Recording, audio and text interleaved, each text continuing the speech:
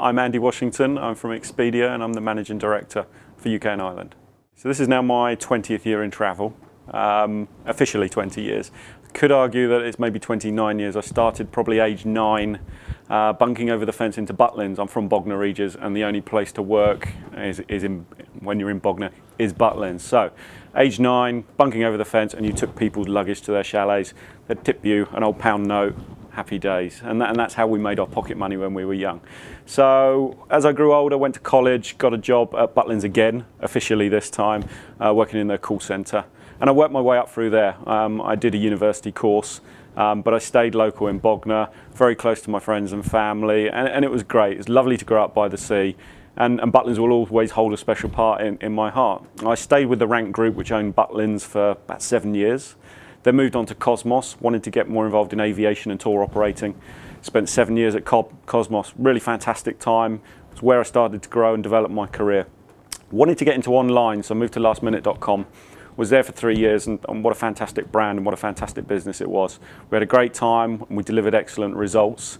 I moved to Thomas Cook for a short period of time, and then following that, Expedia came calling. It was a job I couldn't turn down. As this role, Managing Director for UK and Ireland for the biggest global travel business in the world. So it was a job we couldn't turn down. It's been a great opportunity. It's been an exciting 14 months and can't ask for anything more. So I'm part of Expedia EMEA. We have 12 markets across all of Europe. I'm the Managing Director for UK and Ireland, but Expedia is a global business. We have joint ventures in Asia with AirAsia. We have Expedia.com obviously in the US, which is the biggest travel website in the world. So we're a global business. Part of our group is also Agencia, is Expedia Affiliate Network, and Hotels.com. So a very, very big global network of online businesses and travel. So for Expedia, we're an online travel agent with full service end-to-end products. So we look at flights, hotels, package holidays, dynamically packaged holidays, car hire, insurance, the full end-to-end product across travel. Our main lines of business are from dynamic package hotels and flights, given the best prices, the best availability, and the best range of stock across the whole industry. The price is very important to the consumer, so we make sure that, globally as a business we have that buying power to bring that best price to the consumer. But it's also about the functionality and the technology. So Expedia is now 12 years old in the UK, 15 years old globally. Started as a DVD by a group of people in Microsoft. And now it's just moved on and on to be this fantastic website. And we spent loads of time over the last couple of years re-engineering those platforms and bringing them up to what we would call Expedia 3.0 and the next stage of the internet. So very much in the short term at the moment, it's re-engineering our platforms. We've launched a new platform for our hotels business and conversion shot up. With the internet, with the web, you have to keep evolving, test and learning on your site and making sure that the consumer interacts with it and is able to use it.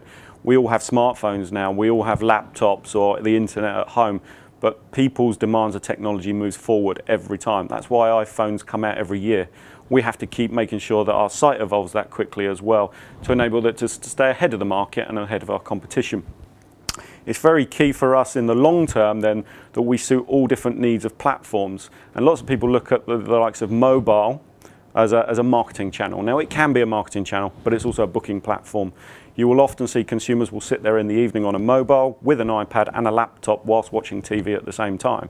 The multi-touch, the multi-use of different technologies to be able to now book a holiday.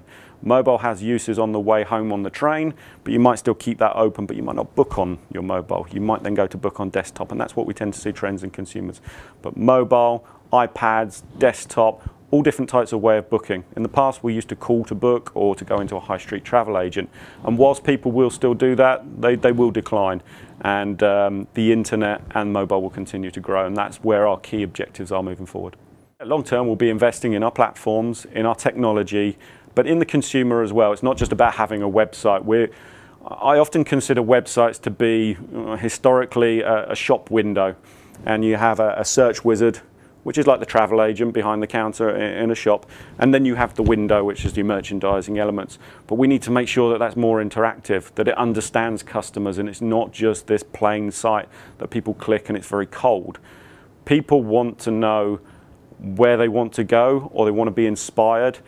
But it's not just about a search engine anymore. It's about making sure that you interact with the customers and give them what they want. Or if they don't know what they want, inspire them and tell them, you know, here's some options for you. Have you ever considered this? People like you like this sort of stuff. And we see that a lot in retail on the internet anyway with the likes of Amazon. So why can't it be done in travel? And that's where we'll take our business. Yeah, so domestic has been very, very important. And because of the exchange rates, Europe. The Far East in terms of flying is growing. We see the debates about Heathrow and excuse me. We see the debates about Heathrow and the capacity out of Frankfurt into China versus what there is from Heathrow into China.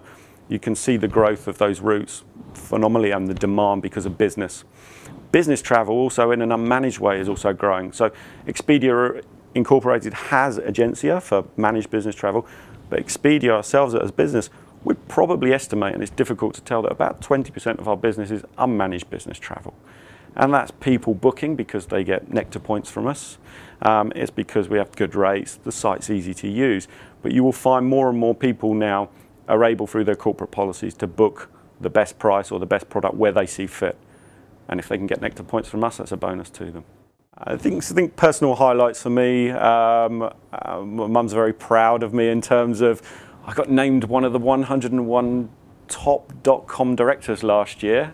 I think that might be something to do with the number of people I'm linked into and maybe the fantastic businesses I've worked for. But I'm quite proud of my career, where I've come from, you know, a local boy in Bognor, working at a fantastic brand like Butlins and to where I am today. It's a fantastic industry to be in and that's what I'm really proud of.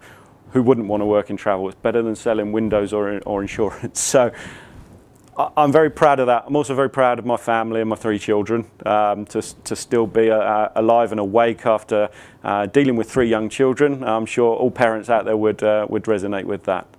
I think the industry as a whole has to look at the atoll legislation and what it means and why is it different across the board. If I book through one partner, whether that be a low-cost airline, you know, I don't necessarily get bonded if I book for. It's confusing for the customer. This is supposed to be a scheme to protect the customer, but they don't have a clue what it means or when they're protected or when they're not protected. They think they book with an ABTA agent, that protects them. They're becoming more savvy to atoll. They are starting to understand it, and we see that from our consumer research. But if you ask someone, are you bonded? Are you covered? What are you covered for? I don't think they'd have a clue. And surely that's what the scheme is all about. It's about the consumer and protecting them, but I don't think that's really doing necessarily that job at the moment.